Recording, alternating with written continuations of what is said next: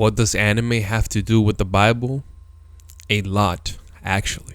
Now, for those of you that don't know, Luffy is the main character of this anime called One Piece that revolves around pirates, the good kind, if you will, and it follows his story.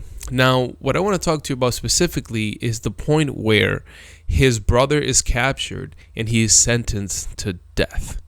Now, in this whole arc, which, in my opinion, takes a little bit too long, in the anime, not the manga, Luffy is trying to save his brother. Now, Luffy actually succeeds in saving Ace from the people that had him captured.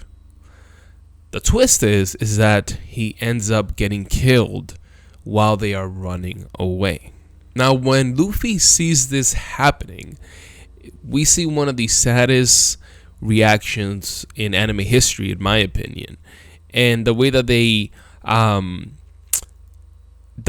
draw his reaction, One Piece tends to be a little bit more exaggerated, and to be honest, I think it was a good artistic take. I mean, he's just utterly shocked. He basically faints on the spot. His body just doesn't know how to deal with this loss. So he ends up sustaining some injuries. So he's in a coma for a while. Then he wakes up and he finds out that his brother has actually died, that it wasn't this dream. And he is inconsolable. I mean, this man is just running rampant, destroying anything in his sight, hurting himself.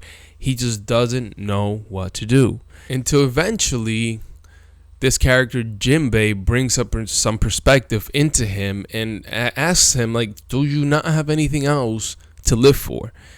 And he realizes that he still has a lot to live for, including his crew.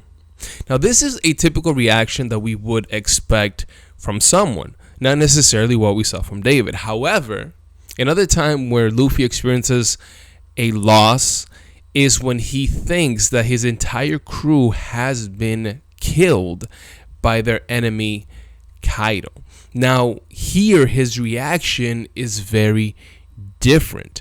Now, here he doesn't lose consciousness. He doesn't seem like he's just at a loss of what to do. It seems like he just deals with his friend's death by moving forward.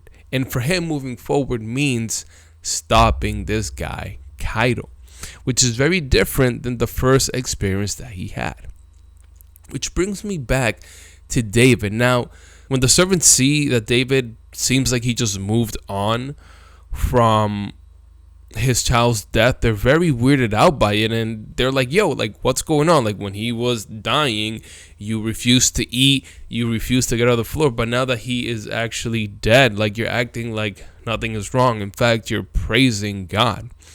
And David says something very interesting. He says, while the child was alive, there was a chance that God would have mercy on him, or it was within his plans to save him.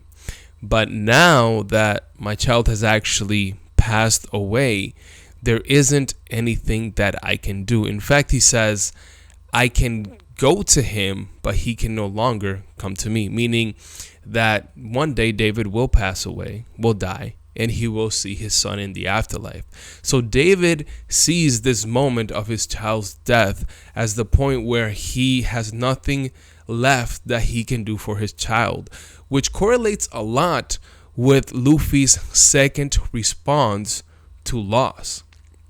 He has gone through some stuff, he's a bit more mature, and here he understands, like, me grieving, crying, not doing anything is not going to bring them back. There isn't anything that I can do in this moment to bring them back to life. However, I can still stop this bad guy that did this to my friends.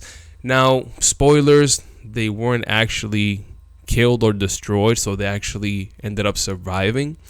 But still leaves us with the point that when both these characters at some point were met with the death of people that they loved, they realized there isn't much that I can do anymore for them. They are already dead. I have to move on. Now, obviously, this is easier said than done. I I wouldn't go to someone that has just lost someone and just say, well, get over it. There isn't anything you can do. I think that everyone has their own grieving process, but I think that this perspective is something that if you're going through this, we should keep in the back of our minds. And that is that, yes, we grieve. Yes, we are sad because a loved one has passed away. But we also need to realize that we cannot stay there, because us just staying in that moment, not moving forward, is not going to bring them back. And in fact, I think that those that have passed that we loved would like to see us continue to flourish and live and move forward because they no longer can. All right, guys, that is all that I had for you today. I hope that you found this helpful. And as always, I just want to remind you that we must persevere. Please make sure to share, like, and subscribe, and continue to support this channel. Thank you.